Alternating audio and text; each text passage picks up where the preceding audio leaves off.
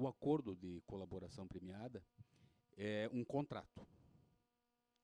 A minha preocupação, especificamente ao acordo de colaboração premiada, é que é um contrato que é firmado entre duas pessoas para que uma terceira cumpra, né? Então, é o Ministério Público, né, na posição de proponente, o réu na posição de contratante e o juiz, que não participa do acordo, que deve honrar o acordo feito pelo Ministério Público. O que você pensa disso?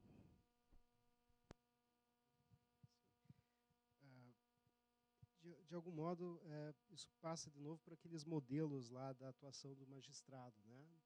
Que para a nossa tradição, como a tradição de civil law, nós ainda imaginamos o juiz como uma espécie um servidor do povo, né? Portanto, mas com uma atuação muito incisiva, muito decisiva no curso do processo. Então, o juiz, para nós, ainda não tem essa figura própria do sistema acusatório, né? Agora, pelo que a legislação prevê, tem esse aparente contrassenso pelo que eu dizia, porque o juiz não pode, de algum modo, se vincular aos termos do acordo, já na sua própria elaboração, e, portanto, não pode ter esse envolvimento para garantir a sua isenção, mas o parágrafo 9º do artigo 4º prevê que o juiz vai adaptar esse acordo sem ouvir as partes, né? Isso que é o pior, porque implica, de alguma forma, uma decisão de surpresa, porque ele decide sem ter escutado, sem ter conversado, dado a entender todos os seus debates, o que passa hoje por alcance do artigo 10 do CPC, eventualmente aplicável no Código de Processo Penal, por quem adota a teoria geral do processo, né, na corrente paulista.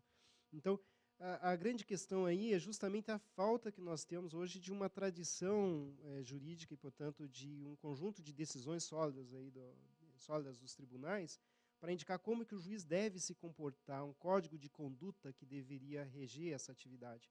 E me parece que é um código de conduta que deve reger, inclusive, a atividade dos próprios advogados, no que toca a isso, e também dos juízes. Por parte dos advogados é possível que haja um conflito de deveres, não raras vezes, né? Um conflito de interesses ou de deveres, sobretudo quando ele está advogando para várias pessoas envolvidas no mesmo caso, isso pode ocorrer. E por parte do juiz a mesma forma, porque qual que é o dilema que eu sinto como juiz num caso desse? Por um lado, a questão do senso de justiça, evidentemente, que todo juiz carrega, e como todo juiz é um pouco retributivista, né? Então, de que o juiz pode achar que aquele acordo está inadequado porque a pena é muito pequena, ou eventualmente até porque a pena é muito alta, o que vai sobrar do processo. Mas, por outro lado, o juiz tem que preservar tanto quanto possível a boa-fé dos envolvidos, né? Então, há todo um debate, toda uma corrente aí que tem sustentado que isso seria inconstitucional. O próprio professor Jacinto, né, o professor Juliano Breda, aqui do Paraná também, né, ambos, tem artigos dizendo que a delação premiada é inconstitucional porque ela viola um senso de moralidade mínimo, né?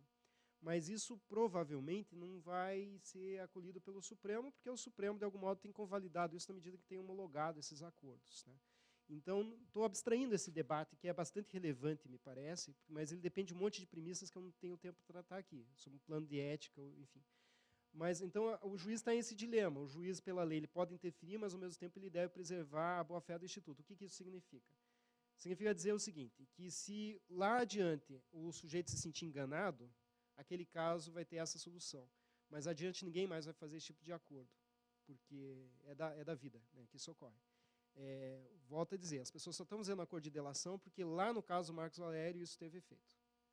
Então, se hoje, vamos imaginar que um desses delatores faz um acordo que parece proveitoso e amanhã esse acordo é descumprido, talvez ninguém mais faça esse acordo, né, da forma como ele é feito. O grande problema é que a solução do acordo, a sentença, muitas vezes demora para vir.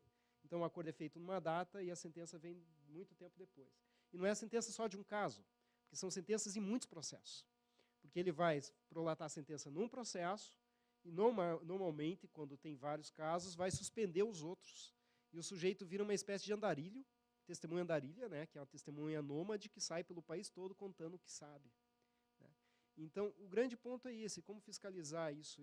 A tua pergunta é muito oportuna, né? Mas a gente precisa de um código de conduta da atuação dos magistrados.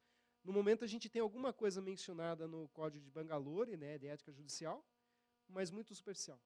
Então, teria que ser regulamentado de algum modo. O Ministério Público não pode se associar nem à defesa, o juiz não pode se associar nem à defesa e nem à acusação. O juiz não pode ser advogado das partes, né?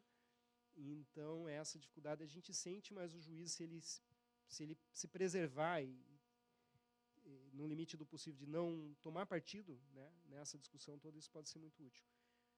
Teria que a lei ter trabalhado isso de uma forma muito mais clara, porque o juiz tem muito poder nesse âmbito de delação. Reitero, o juiz pode condenar alguém a 20 anos e falar para ele cumprir a pena em casa. O juiz pode, eventualmente, liberar bens, conforme o caso. Né? Tem uma discussão a respeito de como fica os bens, etc. Só vou pegar o gancho e estou me estendendo já. Mas o grande ponto é financeiro, senhores. Não se iludam que é só questão de liberdade. Tem uma discussão financeira, no fundo. Né? Que a primeira coisa que a Justiça Criminal tem feito há muito tempo, isso já está também no Maleus Maleficarum 1486, 1484, é bloquear bens. A primeira coisa que a Justiça faz é bloquear os bens que encontra. Se o sujeito tiver outros recursos escondidos, ele consegue se manter. Mas tem uma questão financeira que também tangencia a questão do plea bargain, né? Isso teria que ser discutido no tempo oportuno.